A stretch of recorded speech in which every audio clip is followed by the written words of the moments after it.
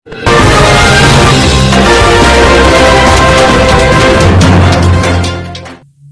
के समय जब हम अनेकानेक शारीरिक, मानसिक व आर्थिक समस्याओं का सामना कर रहे होते हैं, ऐसे में भगवत गीता सभी समस्याओं के समाधान के रूप में उभरकर हमारे सामने आती है। गीता में समता और कार्य की कुशलता का एक सिद्धांत वर्तमान की आवश्यकता है। ठीक इसीलिए आज उत्तर प्रदेश के कानपुर शहर में टैलेंट डेवलपमेंट काउंसिल की तरफ से गीता संभाषण की प्रतियोगिता रखी गई, जिसके चलते वहां पर सभी छात्रों को गीता के विषय में बताया गया और छात्रों ने भी बढ़ चढ़कर हिस्सा लिया।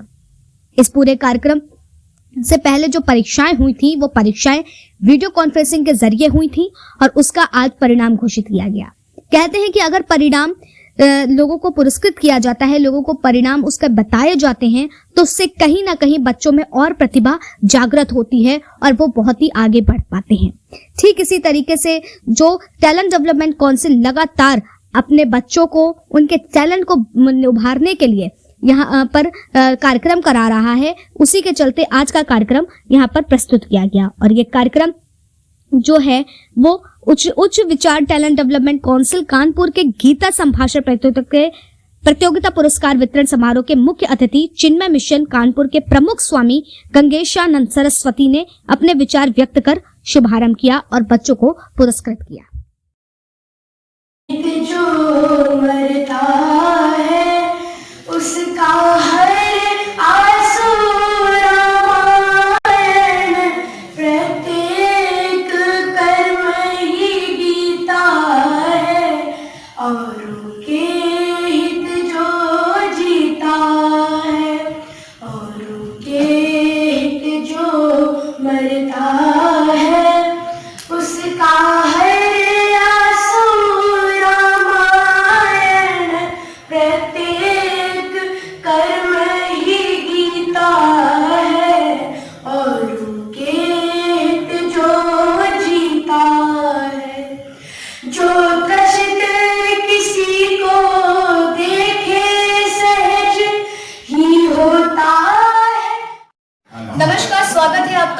इंडिया पर। मैं हूं आपके साथ आस्था तिवारी।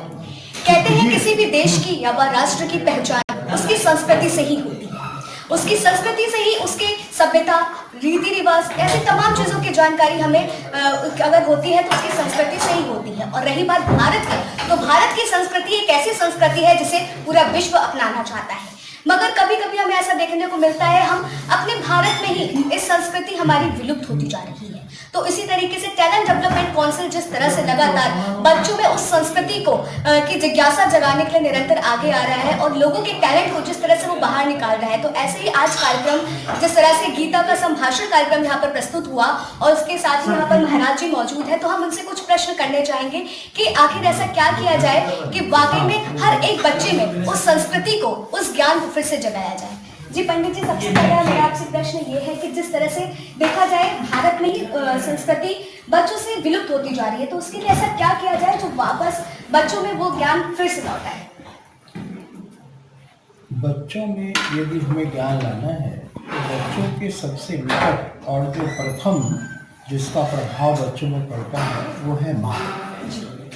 अगर माताओं को हम संस्कारित कर देते हैं तो एक हम बड़ा काम कर लेते हैं। फिर उसके बाद जब हम बाहर निकलते हैं तो टीचर्स की एक जिम्मेदारी बनती है, जो इस तरह के सामाजिक संगठन हैं उनकी जिम्मेदारी है।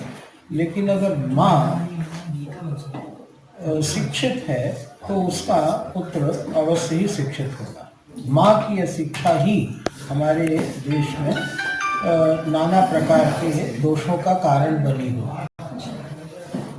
पंडित जी, स्वामी जी, मैं आपसे एक और प्रश्न करना चाहूँगी। अगर देखा जाए तो शिक्षा की ओर हम जिस तरह से आगे बढ़ रहे हैं, हम अंग्रेजी शिक्षा को भी अपनाते हैं और शिक्षित हो रहे हैं। ऐसा माना जाता है कि बच्चा बड़ा होगा, बाहर जा करके जो विदेशों में जा करके पढ़ाई करेगा तो उसको बहुत चीज़ें ऐसी समझाई जाती हैं, बताई जाती हैं। लेकिन ऐसा क्यों ना किया जाए कि जिस तरह से पहले हमारे देश में गुरुकुल हुआ करते थे, उसकी शिक्षा को फिर से प्रारंभ किया जाए? क्या कहना है इस पर? गुरुकुल शिक्षा पद्धति जैसी कोई पद्धति नहीं हो सकती। शिक्षा के ऊपर शोध करते करते जब ऋषि अंतिम स्थान में पहुँचे तो उन्होंने गुरुकुल पद्धति पाई। लेकिन जो गुरुकुल पद्धति है उसका पूरा जो ताना बाना है उसको समझिए कि जैसे ही बालक 6 वर्ष का होता था तो उसको गुरुकुल में दे आते थे और वहाँ पर गुरु और गुरु की पत्नी गुरु माता वो उनका वैसे ही लालन पालन करते हैं जैसे किसी बच्चे का उसके माता पिता करते थे। फिर वह 25 साल तक वहाँ रहता था और फिर वहाँ पर जितनी भी विद्याएं हैं उनको ज्ञान दिया जाता था।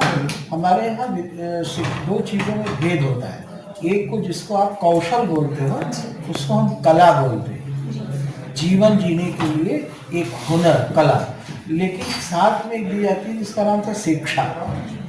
शिक्षा जीवन जीने का तरीका होता है और कला जो होती है वो जीवन जीने के लिए चीज़ों को इकट्ठा करने के लिए, धन आदि के लिए इकट्ठा करने के लिए, जीवन जीने के लिए जिन चीज़ों की जरूरत पड़ती है उनको जुटाने के लिए होती है। तो चाहे वो ब्राह्मण हो, चाहे क्षत्रिय हो, चाहे वैश्य हो, शूद्र हो, कोई भी व्यक्ति हो और उसको ज्ञान देना हो, चाहे उसे धनुर्धर बनाना हो तो भी उसे धर्म का ज्ञान दिया जाता है।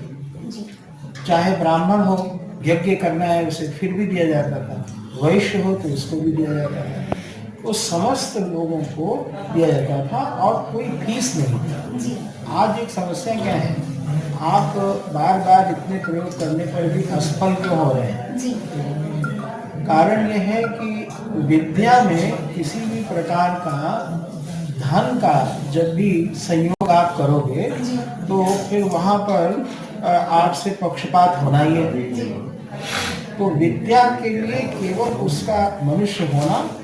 और स्वामी जी, एक प्रश्न हमारा आपसे और रहेगा, जैसा कि आपने गुरुकुल के विषय में बहुत अच्छी चीजें बताई कि गुरुकुल का भी एक अपना दौर था, गुरुकुल की शिक्षा भी एक अपनी शिक्षा थी और शिक्षा के प्रति अगर जहाँ धन आ जाता है तो वाकई में वहाँ पर कुछ ना कुछ हमें कमियां देखने को अवश्य ही मिल जाती हैं। ये स्वाभाविक सी बात है, ये मनुष्य का एक बोल सकते हैं उसका स्वभाव ही एक ऐसा हो जाता है। इसी के साथ में गुरुजी मैं आपसे प्रश्न करना चाहूंगी, अगर आज के समय देखा जाए तो हर एक माँ बाप ये चाहता है कि उसका बच्चा डॉक्टर बन जाए, इंजीनियर बन जाए या कुछ, मतलब कि एक पूरी तरीके से उस पर चीज़ें थोपी जाने लगती हैं। उसको बस ऐसा बता दिया जाता है कि अगर तुमको करना है तो डॉक्टर बनना है, तुम्हें नहीं इंजीनियर बनोगे। तो उसके लिए ऐसा क्या किया जाए कि बच्चे के हुनर के हिसाब से उसको आगे बढ़ाया जाए? तो ऐसे हम क्या चीज़ कर सकते हैं, इस विषय पर बताएं। इस विषय में पुनः मैं जाऊँगा कि जो माता पिता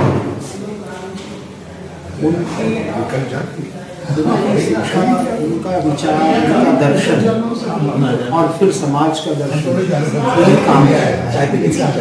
व्यक्ति का निर्माण प्रधान होता है, लेकिन हमारे मन में आज के समय में धन और भौतिकवाद इतना चढ़ा हुआ है कि हम ये नहीं, डॉक्टर हम क्यों बनाना चाहते हैं? क्योंकि उससे धन बहुत मिलेगा और नाम होगा। अगर डॉक्टर का क्रेज खत्म हो जाए तो कल कोई नहीं बनाना चाहेगा, हाँ, वकील नहीं बनाना चाहेंगे, नेता नहीं बनाना चाहेंगे। ठीक है। तो ये थी स्वामी जी से जब हमने बात करी और उन्होंने बताया कि किस तरीके से हम बच्चों में कोई शिक्षा के ज्ञान को, संस्कृति के ज्ञान को हम बढ़ा सकते हैं। और देखा जाए अगर शिक्षा की बात की जाए तो एक शिक्षा और संस्कृति की उपज जो होती है वो एक परिवार से ही अंकुरित होती है। तो सबसे पहले हमें ये कोशिश करनी चाहिए कि घर बच्चे को अगर संस्कृति की जो उपज है वो उसके घर से ही मिल सकती है, उसके परिवार से ही मिल सकती है, तो हमें उस और भी ध्यान देना चाहिए।